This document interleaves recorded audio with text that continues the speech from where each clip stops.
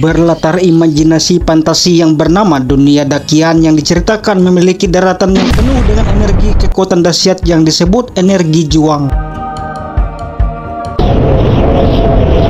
Kisah akan berfokus membawa kita ke dalam petualangan seorang pemuda bernama Yan Qiao. Tapi sebelum ke situ, kisah akan saya mulai dulu dari sosok Yan kecil, di mana Yan kecil adalah bocah berbakat yang berbeda dari bocah pada biasanya, karena Yan memiliki energi juang secara alami sejak lahir, yaitu mampu mengendali serta menciptakan api. Layaknya bocah pada umumnya, tentunya Yan tidak berbeda dalam hal empati. Ia bertindak sesuka hati tanpa peduli memikirkan nyawa makhluk hidup lainnya. Sehingga ibunya yang khawatir dengan Yan kecil yang masih belum mengerti apa-apa tersebut. Tanpa sepengetahuan Yan melalui sebuah cincin yang diberikan, maka ibunya menyegel bakat tersebut. Yan yang belum menyadari bakat energi juangnya terkunci begitu memasang cincin itu hanya menuruti saja. 3 orang dari sekte lain tiba-tiba datang. Setelah menyembunyikan Yan, maka ibunya pun terlibat pertarungan.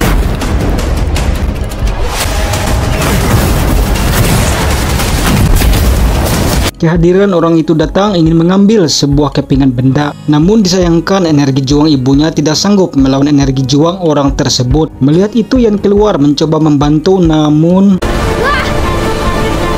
ibunya pun teralihkan oleh Yan sehingga dimanfaatkan orang itu melakukan hal ini.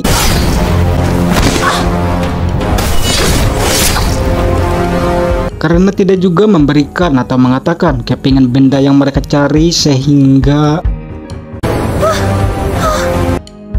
Yan sendiri sengaja dibiarkan hidup untuk bisa menyaksikan bukti rencana baru yang akan orang itu buat. Pesan terakhir ibunya agar jangan pernah melepaskan cincin tersebut. Itulah tadi cerita dari Yan kecil yang digambarkan dalam ingatan Yan Qiao yang sekarang.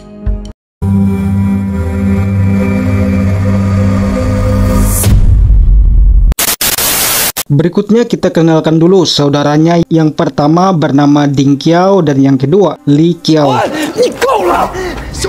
Karena keributan dari anaknya yang bertengkar, Yan Qiao menegur Yan Qiao yang sebagai sumber dari pertengkaran. Yan Qiao memaklumi Yan Qiao yang masih menyalahkan dirinya karena kematian ibunya. Teman semasa kecilnya bernama Kun datang dan menenangkan Yan. Karena penguasaan energi juang yang baik, sehingga tibalah kedua saudaranya mendapat penghargaan dari ketua sekte Qiao. Ding Qiao mendapatkan sebuah pedang dan tameng, sedangkan Li Qiao diberi sebuah cambuk serta tombak. Karena kemampuan mereka, maka dipercayakan sebagai perwakilan sekte menjadi prajurit untuk bergabung dalam sebuah militer untuk berperang. Acara tiba-tiba terganggu dengan mendadak kedatangan sebuah sekte yang dikenal memiliki energi juang nomor 1 terhebat di daratan Dakian. Kita perkenalkan dulu sekte Jun Lanjong dengan ketua sukunya bernama Gye dan murid hebatnya bernama Nalan. Maksud kedatangan mereka rupanya membatalkan perjodohan pernikahan antara Nalan dan Yan Qiao. Sebagai sekte terhebat nomor 1 di dunia dan kian, tentunya mereka berkelas dan tidak mau sembarangan sekte yang bisa jadi penerus bergabung dengan mereka. Sehingga dengan songongnya Nalan membatalkan pernikahan itu. Dengan merasa terhina dan sadar ia tidak memiliki energi juang lagi, sehingga menerima putusan pembatalan tersebut sambil mengatakan, akibat ulahnya itu sempat membuat ketegangan. Hampir saja terjadi perkelahian. Hal itu dibuktikan dengan kodam sekte mereka yang mulai menampakkan wujud.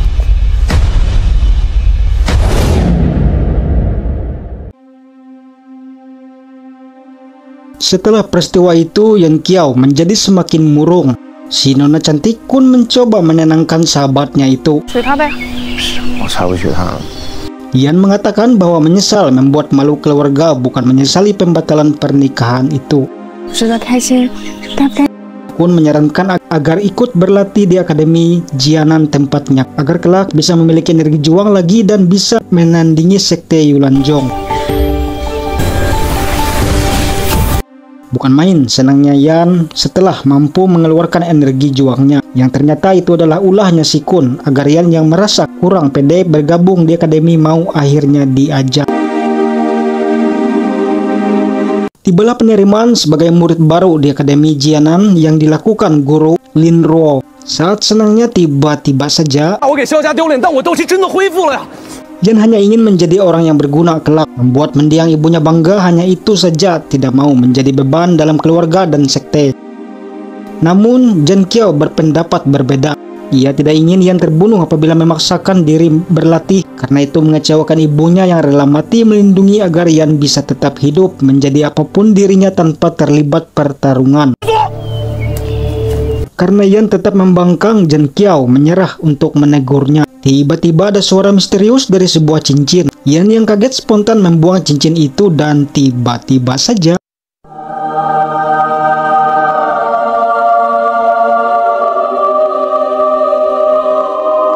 karena segel dilepas, energi juang Yan telah kembali. Kemudian Yan menjadi kesal dan menyalahkan sosok itu. Penyebab energi juangnya menghilang sehingga ia selalu dikucilkan di sekte.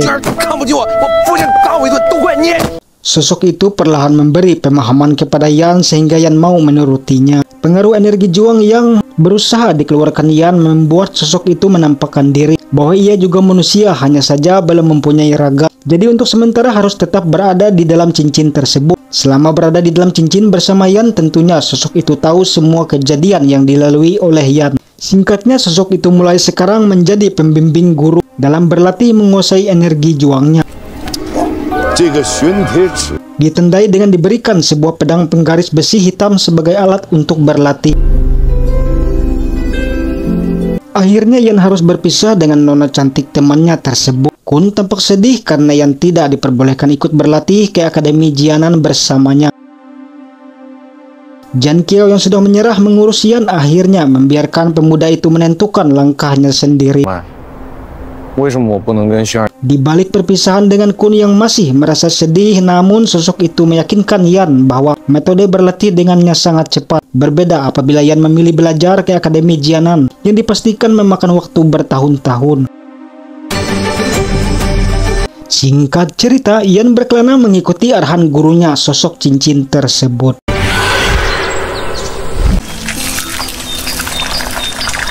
Sebagai seorang Yan muda, tentunya ia masih kekanakan. Akan tetapi gurunya bisa menyesuaikan perilaku Yan dengan dirinya sehingga layaknya teman mereka saling beradaptasi. Tiba-tiba ada seorang nona muda yang terperangkap di hutan itu, maka Yan bergegas menolongnya. Nona muda ini rupanya mencari sebuah benda kristal ungu. Kemudian mereka berkenalan, namanya adalah Yi Qian Qiao, seorang peracik obat. Berhubung hampir gelap, Yi Qian mengajak Yan ke desa Gingshan. Yan yang mendapat petunjuk dari gurunya agar mengikuti saja, maka mereka berdua pun tiba di desa Gingshan.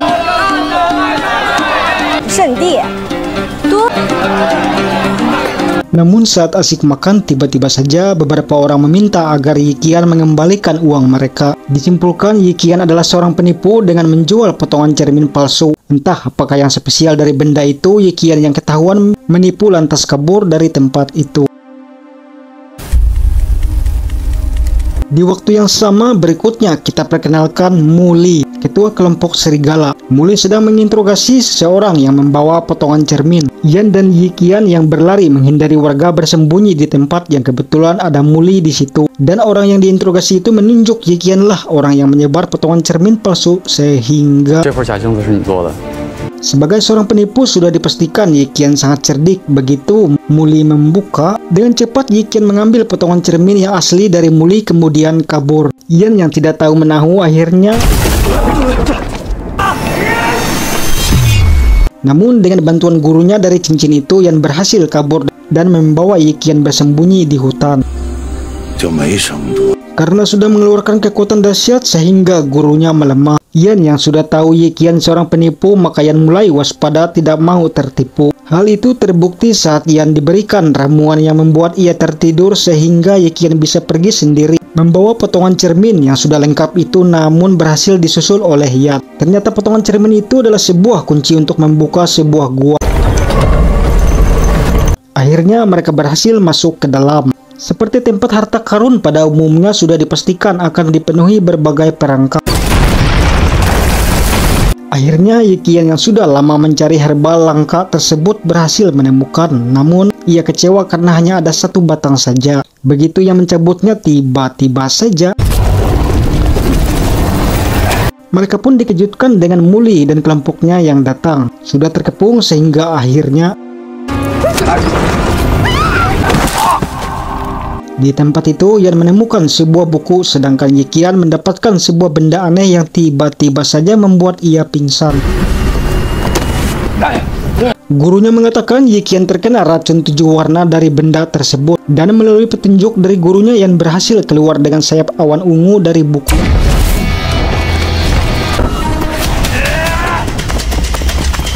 Mereka terus dikejar, namun sayang sekali Yekian berhasil ditangkap. Yan akhirnya tersadar dan tiba-tiba saja ia melihat seorang nona sedang bertarung dengan kucing besar. Rupanya kristal ungu berasal dari kucing ini. Dia adalah Raja Kristal Ungu. Pertarungan terus terjadi, namun sepertinya energi juang kucing itu lebih hebat dari nona itu sehingga Yan yang mencoba menolong namun dilarang gurunya karena kucing itu berkemampuan tinggi, sehingga dengan cerdiknya melalui kaca pembesar gurunya. Singkat cerita, nona yang terkena racun energi juang dari kucing tersebut berhasil ditolong Yan melalui panduan gurunya dengan mengekstrak obat herbal untuk mengeluarkan racun dengan cara dipanaskan melalui energi juang Yan, yang tentunya dengan cara yang unik. Beralih ke Muli yang berhasil menangkap Yekian dan ketua kelompok serigala ini bernama Muse. Muse yang memerintahkan Muli untuk mencari racun 7 warna tersebut. Sekarang benda racun 7 warna itu tidak lagi berguna karena sudah berpindah ke tubuh Yekian. Maka Muse mengatakan hanya ada satu-satunya cara agar bisa mendapatkan racun 7 warna tersebut, ialah dengan mengekstraknya, tentunya dengan ritual mengorbankan ratusan nyawa. Mereka pun bergerak ke desa Gingsan dan membantai semua yang berada di sana. Sementara itu, nona yang sudah pulih ternyata ingin mengambil kristal ungu si kucing, dan Yan menceritakan bahwa ia akan menyelamatkan temannya dari kelompok serigala. Karena kelompok itu bukanlah tandingan Yan, maka Yan meminta tolong nona itu untuk membantunya sebagai bentuk balas budi. Akan tetapi energi juangnya telah disegel oleh si kucing, sehingga mereka harus mengambil sebuah kristal dulu untuk memulihkan energi juangnya supaya bisa membantu Yan. Singkat kisah, tibalah di gua tempat kucing itu berada. Kemudian melalui perangkap seekor babi yang sudah dicampur ramuan sehingga kucing itu tertidur. Dan Yan bisa masuk ke dalam, ternyata kucing itu memiliki 2 orang anak kucing yang lucu. Dan kristal ungu ternyata bersumber dari kotoran yang mereka keluarkan. Selain kristal itu juga ada sumber cairan kristal ungu yang disebut essence. Apabila diminum maka membantu mempercepat dalam menguasai latihan energi juang. Maka Yan sambil mengambil dan tentunya ia juga meminumnya. Walaupun gurunya sudah melarang jangan dulu diminum. Begitu keluar, rupanya Raja Kucing sudah terbangun. Dan melalui kristal yang sudah didapat, akhirnya si kucing berhasil dikalahkan. Yan melarang untuk membunuh mereka. Menurut Yan itu tidak perlu karena benda yang dicari sudah didapatkan. Dan tiba-tiba saja efek cairan esen tadi mulai bekerja sehingga nona itu pun mengekstrak cairan ungu essence dalam tubuh Yan sehingga ia selamat. Berhubung impas saling balas budi sehingga nona itu meninggalkannya. Meski kecewa karena tidak dapat pertolongan dari nona tadi, Yan tidak patah semangat. Ia berlatih dengan melatih energi juangnya. Gurunya mengatakan apabila apinya berwarna ungu, maka energi juang Yan sudah semakin meningkat. Meski jurus api pemakan ombak belum dikuasai dan gurunya sudah melarang pergi karena akan cari mati, namun Yan akhirnya tetap pergi untuk menolong Yekian. Namun disayangkan desa tersebut yang akan menjadi petunjuk ternyata telah porak-poranda. Berkat seorang nenek yang masih hidup, akhirnya Yan mendapatkan petunjuk markas kelompok serigala berada. Singkat cerita, Yan berada di lokasi dan menyerang mereka. Tak ingin proses ekstrak racun terganggu, maka Muse menyuruh Muli untuk menanganinya. Pertarungan sakral pun terjadi antara energi juang halilintar dan api.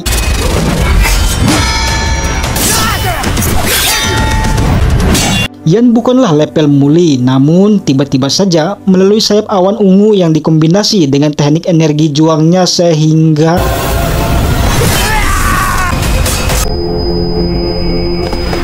Muse menjadi marah. Hal ini pun terjadi dan sudah dipastikan Yan akan kalah. Dan di momen ini Yan teringat bahwa Muse adalah salah satu orang yang membunuh ibunya. Yikian bukanlah orang sembarangan, maka dengan energi juangnya berhasil menahan serangan sehingga Yan bisa diselamatkan. Dan tiba-tiba saja anak kucing tadi datang membantu, dan Yan yang mendapat pencerahan dari mendiang ibunya sehingga aura energi juangnya secara total bisa dikeluarkan. Apinya yang bertransformasi menjadi warna ungu sehingga jurus api pemakan ombak menjadi sempurna. Dan Muse berjanji akan memberikan sebuah kebenaran tentang kenapa ibunya tewas asalkan Yan tidak membunuhnya. Namun mengingat kejadian di desa dengan orang-orang yang dibantai, sehingga inilah yang dilakukan oleh Yan. Dari yang kita lihat, Geye, ketua sekte Yun Lanjong, adalah orang yang telah membunuh ibunya Yan di awal cerita. Dan nona yang ditolong oleh Yan tadi adalah salah satu ketua sekte Yun Lanjong yang bernama Yunji. Dan tentunya muridnya yang membatalkan pernikahan tadi yang bernama Nalan juga berada di situ.